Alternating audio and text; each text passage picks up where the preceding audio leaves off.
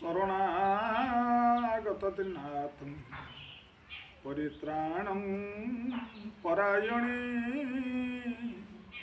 सर्वसाते हरे देवी माँ शारदे देवी नमस्तुते। जय माँ शारदा। आजिकार नीतिवाणी रे आपण मानक पई सुंदर कथाटी। गोटे राज्य रे ए राजा थांती किंतु राजांकर कौनसी संतानटीए नथिला। राजा सदा सर्वदा मन दुख करिकी बसंती। राजा मने मने चिंता करती, मोर धन अच्छी संपत्ति अच्छी ऐश्वर्य अच्छी किंतु मो कोले गोटे संतानटीए नहीं जाकि ये प्रजा माने समस्ते ये कुआकुई होती। राजा को मुख को चाहवाटा भी उचित नुहे कारण से संतानहीन। राजा सदा सर्वदा मन दुखे बसी था। थरे मंत्री जाई पहुँचले, कहले महाराज कहीं तुम मन दुख करके बसीच कुह। राजा सेठी कहले हे मंत्री मोर सबू अच्छी धन अच्छी संपत्ति अच्छी ऐश्वर्य अच्छी मो प्रजा मैंने खुशी भी रोचंती किंतु मोर गोटे संतानटीए नहीं किंतु मुझे अपुत्रिक मो मुख को मध्य भी कहीं चाहिए ये भल पाऊना। मंत्री कहले राजन आमरी राज्यर जड़े ये तांत्रिकटी अच्छी जदि आम ता पाखक जाते सी किसी उपाय बतई दियंती। राजा कहले ठीक अच्छे काली आम जा। ता परदिन राजा आ मंत्री से ये तांत्रिक निकट को गले।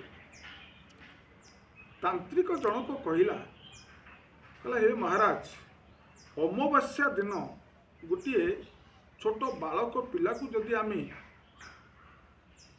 देवी निकट में बलि दे पारिबा तेबे जाई तुमर गोटे संतानटी हो। राजा कहले ठीक अच्छे। राजा ता परदिन घोषणा करदेले जदि किए पिला बिक्री करिवो एवं से पिलाटी बलि पड़िवो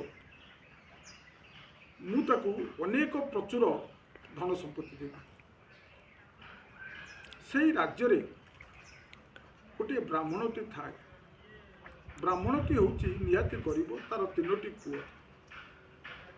ब्राह्मण चिंता कला कहला मो सान पुआटा को जदि राजा को दे दियंती से पचे बलि पड़ जाऊ जो धन संपत्ति मत मिल मो दुई पुओ किसी खाई पीकी भले रही एवं मो जीवनटा टे सुखे बीती। ब्राह्मण राजा निकट में जाई हाथ जोड़ी कहला हे राजन मो सान पुटी की मु आपन को ये बिक्री करी। जितेबले पिलाटी की बिक्री करने को टेकी दियंती ये ब्राह्मण ब्राह्मणी पिलाटी ये कांदु था। ब्राह्मणी भी अनेक कांदु था। गोटे दिनर शिशु जदि अंधकार गृह आलोक मध्य को आसे गोटे दिन रहीकि जदि ए संसार ये विदाय नहीं जीव माँ किंतु ये चिरदिन पाई बसी कांदे।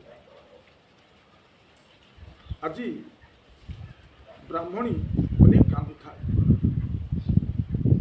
पिलाटी की जाकि भरोसा दवापाई ता पाखरे भी आज ये कहीं भी न था। छोट पिलाटी माँ को कहला कहला माँ मो पाई मो दुई भाई बाप माँ तुम तो सुखे रही पार। जन्म माने मृत्यु कांदिबार एटी किछि नहीं। राजा को पाखक पिलाटी की नहीं छाड़ी दिगला। ता परदिन तांत्रिक पहुँचला देवी मंदिर रे बलि दिज्व। राजा पचारे कहले अरे बालक तोर शेष इच्छा कौन आ किसी समय पर तू तो बलि पड़ू तो शेष इच्छा कौन मत आज कह। पिलाटी से कांदी कांदी कहला हे राजन ମୋତେ କିଛି ମାଟି ଆଣିକି ଦେଇପାରିବେ? ରାଜା ଆଦେଶ ଦେଲେ କିଛି ମାଟି ଆଣିକି ଏ ପିଲା ପାଖରେ ଦିଅ। ମାଟି ଆସି ପହଞ୍ଚିଲା। ପିଲାଟି 4ଟି ଘର କଲା ସେଇ ମାଟିରେ। କାନ୍ଦୁଥାଏ ଗୋଟିଏ ଘରକୁ ସେ ଭାଙ୍ଗିଦେଲା। ପିଲାଟି ନିଜ ହାତରେ 4ଟି ଘର ଗଢ଼ିଲା, କିନ୍ତୁ କାନ୍ଦି କାନ୍ଦି ଗୋଟିଏ ଘରକୁ ଭାଙ୍ଗିଦେଲା। ତାପରେ ଦ୍ୱିତୀୟ ଘରଟିକି ଭାଙ୍ଗିଲା, ତାପରେ ଇଏ ତୃତୀୟ ଘରଟିକି ଭାଙ୍ଗିଦେଲା। ଚତୁର୍ଥ ଘର ପାଖରେ ହାତ ଯୋଡ଼ିକିନା କଇଁ କଇଁ ହୋଇ କାନ୍ଦୁଥାଏ। ରାଜା ପଚାରିଲେ, କହିଲେ, ଆରେ ବାଳକ, ଆରେ 4ଟି ଘର ତୁ ତିଆରି କଲୁ, 3ଟି ଘରକୁ ଭାଙ୍ଗିଦେଲୁ, ଗୋଟିଏ ଘର ରଖିଲୁ, ଇଏ କାରଣ କ'ଣ? ପିଲାଟି କହିଲା, ପ୍ରଥମ ଘରଟି ହେଉଛି ମୋ ନିଜ ଘର, ଯେଉଁ ଘରେ ମୁଁ ଜନ୍ମ ନେଇଥିଲି, କିନ୍ତୁ ସେ ଘର ଭିତରେ ଆଜି ମୋର କେହି ଜଣେ ସାହା ପାଇଲେନି। ମୋ ବାପ ମା, ମୋ ଭାଇ, ଆଜି କେହି ମୋ ପାଇଁ ଆଜି ସାହା ଭରସା ବି ହେଲେନି। ସେ ଘର ଥାଇକି ମୋର ଆଉ କ'ଣ, ଭାଙ୍ଗିଦେଲି। ରାଜା କହିଲେ, ଠିକ୍ କଥା।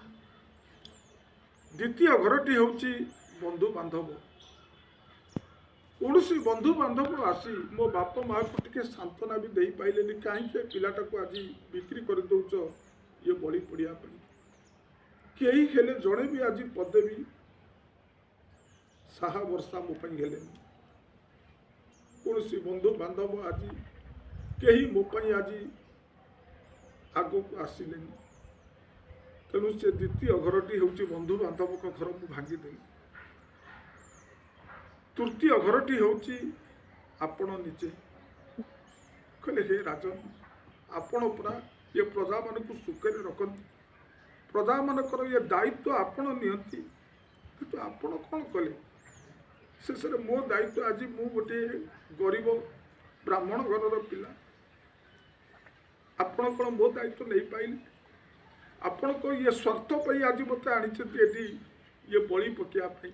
ମୁଁ କ'ଣ ଆପଣଙ୍କର ଗୋଟିଏ ପୁଅ ନୁହେଁ? କହି ପିଲାଟି କାନ୍ଦୁଥାଏ।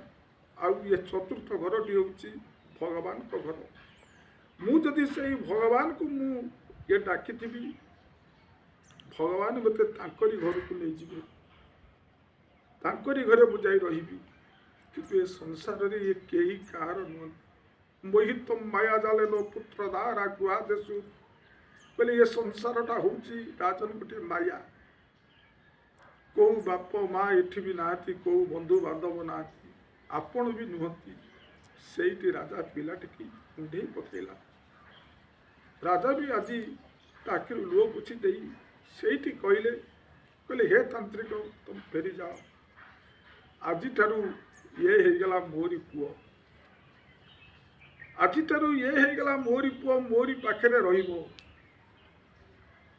କିନ୍ତୁ ଆଜିକାର ନୀତିବାଣୀରେ ଆମେ ଏହି ଶିକ୍ଷା ଲାଭ କରିବା, ଏ ସଂସାରରେ ଆମେ ଯାହାକୁ ମୋର ବୋଲି ଭାବୁଛେ ସେ ଆମର ନୁହେଁ।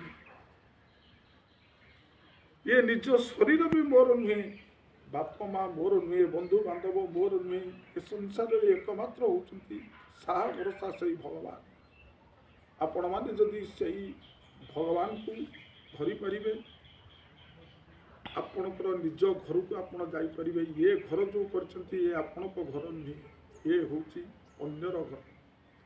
ନିଜ ଘର ହେଉଛି ସେଇ ବୈକୁଣ୍ଠପୁର। ଆପଣମାନେ ସେଇ ଭଗବାନଙ୍କୁ, ପରମ ପିତାଙ୍କୁ ଡାକନ୍ତୁ, ସେ ହାତ ବଢ଼େଇକି ତମକୁ ନେଇ ଚାଲିଯିବେ। ଏଇ ଥିଲା ଆଜି ମୋର ନୀତିବାଣୀର ଏ ନିର୍ଯାସ କଥା। ଯଦି ମୋର ନୀତିବାଣୀ ଆପଣଙ୍କୁ ଭଲ ଲାଗିଥିବ, ଆପଣମାନେ ଲାଇକ୍ କରି ସବସ୍କ୍ରାଇବ୍ କରିଦିଅନ୍ତୁ ଏବଂ ଅନ୍ୟମାନଙ୍କୁ ଇଏ ସେୟାର କରନ୍ତୁ। ଏ ସମାଜର ଇଏ ମଙ୍ଗଳ ହେବ। ଆଜିକାର ଅନୁଚିନ୍ତା, ଘରେ ଇଏ କାଟିଥିବା ପରିବା ଚୋପାକୁ ବେଶୀ ସମୟ ରଖିବେନି, ସାଙ୍ଗେ ସାଙ୍ଗେ ନେଇ ବାହାରେ ଫିଙ୍ଗିଦେବେ। ଘରେ ପରିବା ଚୋପାକୁ ରଖିଲେ ସେ ଘରୁ ଲକ୍ଷ୍ମୀ ଛାଡ଼ି ଚାଲିଯାଆନ୍ତି। ଏତିକି କହି ମୋର ନୀତିବାଣୀ ଅନୁଚିନ୍ତାକୁ ଶେଷ କରୁଛି। ପ୍ରଣାମ। ଜୟ ଜଗନ୍ନାଥ।